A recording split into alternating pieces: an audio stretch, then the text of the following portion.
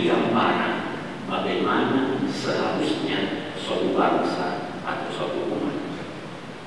Memang seperti tulis filosof Inggris Russell, bahasa yang digunakan oleh suatu bangsa, oleh suatu kelompok manusia, mencerminkan pendapat bangsa itu menyangkut filsafat, bahkan pandangan metafisika dari pengguna kata itu.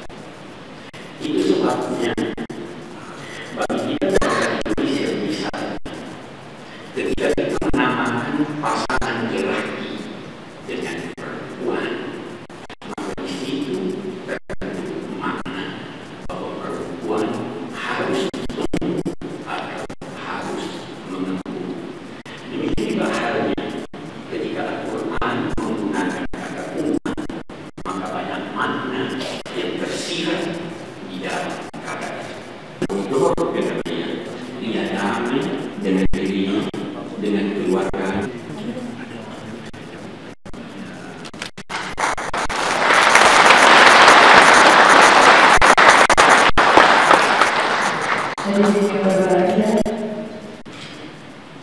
Selanjutnya adalah kita ikuti bersama sambutan Presiden Republik Indonesia.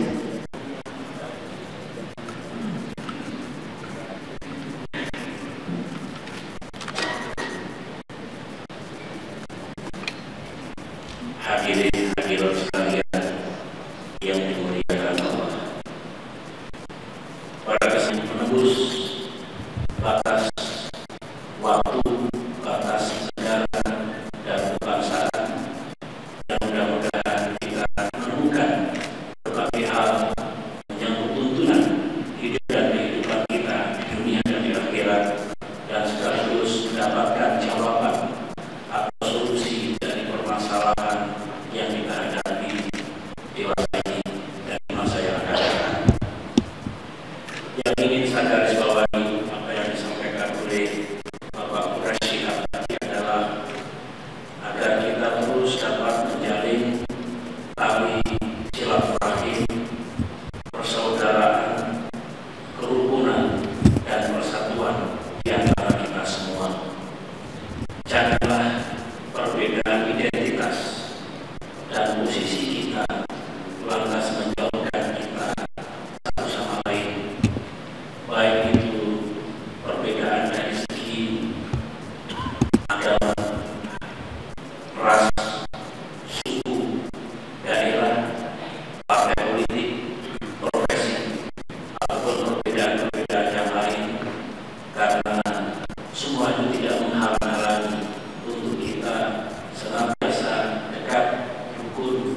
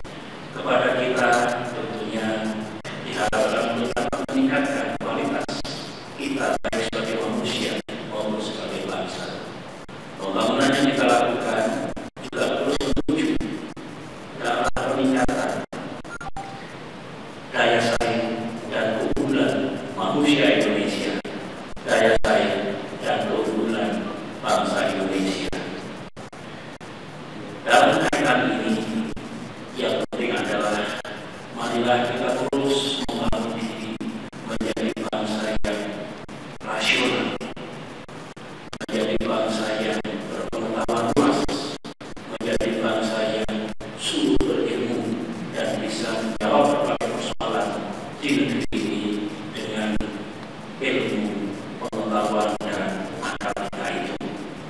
Oleh karena itu kita tidak ingin menjadi bangsa yang kering ilmu, dan kita ingin mengokohkan yang kita sebut dengan the power of Christus, the power of positive thinking, dan kekuatan akal serta kekuatan logika hendaknya menjadi landasan kita dalam melakukan berbagai hal di negeri ini.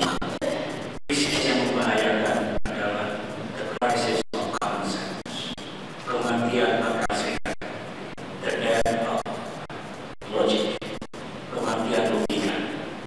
Marilah kita padukan keimanan yang sangat dalam dengan keluasan pengetahuan kita untuk menjawab berbagai persoalan yang kita hadapi. Saya ingin mengangkat satu dua contoh betapa kita memerlukan satu proses berpikir yang sungguh rasional di dalam menghadapi berbagai keadaan di negeri ini, dan tidak itu dalam merancangkan transformasi dan perubahan besar yang sedang kita jalankan secara bersama. Ambillah sebuah contoh ketika kita menghadapi berbagai bencana alam, apakah itu gempa bumi, tsunami, letusan gunung berapi, ataupun bencana banjir, longsor, dan hal-hal yang berkaitan dengan itu. Pendekatan yang patut kita lakukan adalah pendekatan keimanan, menyadari bahwa Tuhan yang Maha Kuasa lah yang mengatur kehidupan alam semesta ini dengan berbagai peristiwa dan dinamikanya. Kokoh di sini. Nah, yang kedua, pendekatan pengetahuan dapat dijelaskan sebab musabab dari gempa bumi, dari tsunami maupun letusan gunung berapi. Kalau itu kita gunakan pendekatan yang sangat rasional, terbebaslah kita dari berbagai isu yang menjurus ke tahayul, mistik, syirik, dan akhirnya bertentangan dengan akal sehat dan juga bertentangan dengan ajaran agama. Ini salah satu tapa pentingnya ilmu, logika, dan akal kita gunakan untuk menghadapi dan menghadapi berbagai bencana yang terjadi di negeri kita. Contoh lain mengapa kita perlu menggunakan kekuatan akal yang sungguh tinggi adalah bagaimana kita menyikapi waktu yang lebih dari 20 tahun membangun bangsa, negara, dan masyarakat waktu itu, state building, nation building, character building yang berhasil dengan baik, yang mengakibatkan akhirnya Rasulullah menjadi the great reformist di dunia ini. Itu semua ditempuh karena Rasulullah dan para pengikut, para sahabat memahami perubahan besar selalu memerlukan waktu. Perubahan besar selalu penuh dengan tantangan, permasalahan, dan hambatan. Perubahan besar memerlukan kesabaran, ketegaran, keinginan kita untuk melanjutkannya. Dan juga perubahan besar itu dilaksanakan secara gradual, steady, tetapi juga balance. Dengan demikian tidak akan menimbulkan kegoncangan yang tidak perlu.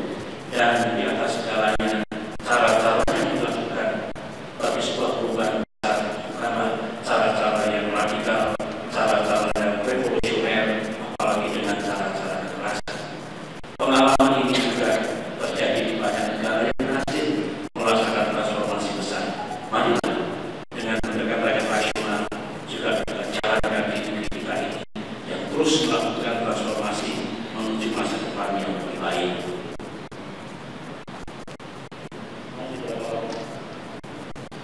Baiklah, yang terakhir, dengan ini semua saya mengajak hadirin sekalian untuk terus sekali lagi sampai meningkatkan ilmu pengetahuan, memecahkan masalah-masalah yang kita hadapi secara bersama ini. Juga saya garis bawahi tugas yang